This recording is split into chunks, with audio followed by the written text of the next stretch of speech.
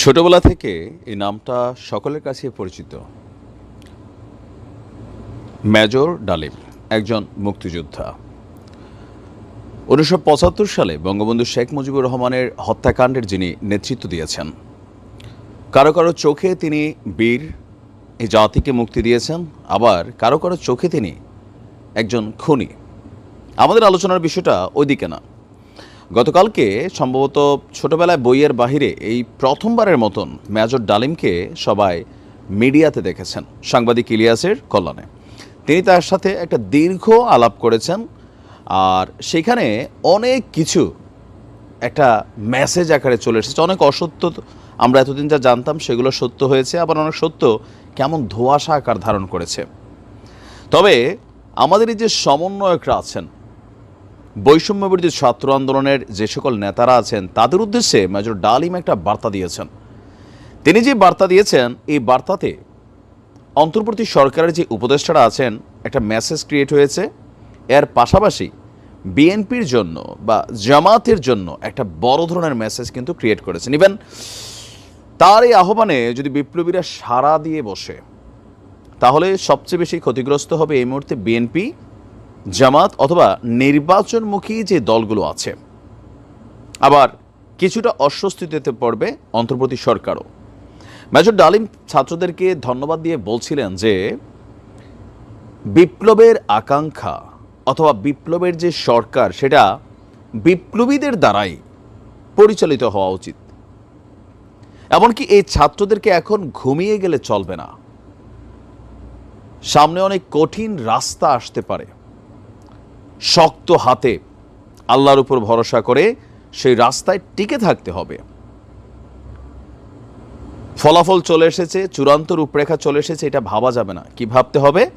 যে তাদেরকে নীতি নির্ধারক পর্যায় পর্যন্ত গিয়ে পৌঁছাতে হবে। জনগণের আকাঙ্ক্ষাকে নিজেদের আকাঙ্ক্ষার সাথে ধাবিত করে সামনে বাস্তবায়ন করতে হবে, সুখী সমৃদ্ধ দেশ গড়তে হবে। এছাড়া তিনি লম্বা চূড়া একটা বক্তব্য দিয়েছেন এই ছাত্র সমন্বয়কদের উদ্দেশ্যে।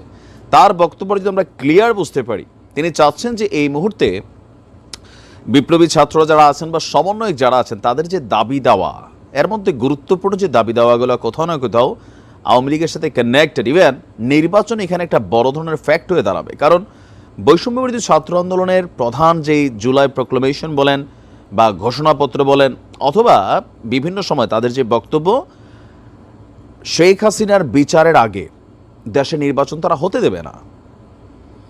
তো তিনি তাদের এই দাবিগুলোকে কিন্তু সমর্থন করছেন যে তোমরা তোমাদের যে আশা আকাঙ্ক্ষা চাহিদা সেটা পূরণ করতে হবে।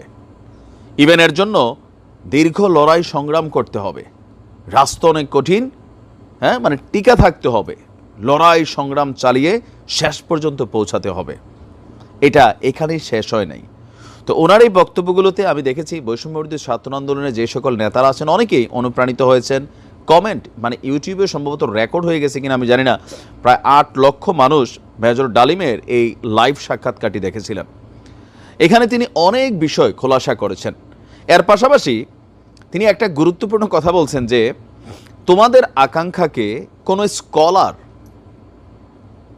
যতগুলা মেডেলের অধিকারী হোক, কোনো ব্যক্তি বা গোষ্ঠী, তারা কিন্তু সেটাকে বাস্তবায়ন করবে না। এখন আমরা যদি দেখি বর্তমান সরকারের মধ্যে যারা আছেন, এদের মধ্যে ছাত্র উপদেষ্টার বাহিরে, আসিফ নজরুল স্যারের বাহিরে আমি আসলে জানি না, খোদ আমাদের প্রধান উপদেষ্টা ডক্টর মোহাম্মদ ইউনূস, তিনিও কিন্তু এই বিপ্লবের অংশ না। তিনি পরবর্তী সময়ে আসছেন। উপদেষ্টারা এরা কেউই বিপ্লবের অংশীদারি না। কয়েকজনের মধ্যে আসিফ নজরুল স্যার আছেন, আর 2 জন থাকতে পারেন এর জন্য, বাট আমরা তাদেরকে ভালোভাবে চিনি না যে তারা এই শেখ হাসিনার সরকারের পতন ঘটাতে চেয়েছিল। ইভেন নির্বাচন ইস্যুতে প্রধান উপদেষ্টা অলরেডি 2টা টাইম ঘোষণা করে দিয়েছেন, এই 2025-এর শেষ অথবা 26-এর মাঝামাঝি। বিএনপি চাচ্ছে এই বছরই নির্বাচন করার জন্য। জামাত বলছে, হিসাব করছে তারা 7 মাস নাকি লাগবে নির্বাচনটা দিতে, যদি সরকার দেয়। তাহলে এই যে তাদের নির্বাচনমুখী দাবি দেওয়া আকাঙ্ক্ষা, সেখানে মেজর ডালিমের যে বক্তব্য, সব কিছু মিলিয়ে মেজর ডালিমের এই আহ্বান সমন্বয়কদের প্রতি, আর কমেন্টের তো বন্যা ছিল, বিভিন্ন পোস্টেও আছে, বিপ্লবীরা নতুন করে অনুপ্রাণিত হচ্ছে। তবে আহ্বানে সাড়া দিলে কোথাও না কোথাও মেজর ডালিমের বক্তব্য থেকে বিপ্লবীরা যদি অনুপ্রাণিত হয় তাহলে নির্বাচন হচ্ছে না, ছাত্ররা নতুন করে যদি আবার ইন্সপায়ার ফিল করে আর কি। কারণ একটা নেতৃত্বহীনতার মধ্যে অনেকে পড়ে গিয়েছিল, সেখানে মেজর ডালিমকে যদি তারা নেতা মনে করে আবার ঝাঁপাই পড়ে তাহলে কিন্তু পরিস্থিতি বিএনপির জন্য খারাপ যাবে।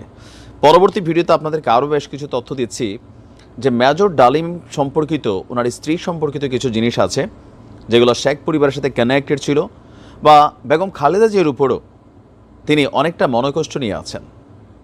পরবর্তী ভিডিওতে দিচ্ছি বাকি তথ্যগুলো। ভালো থাকুন।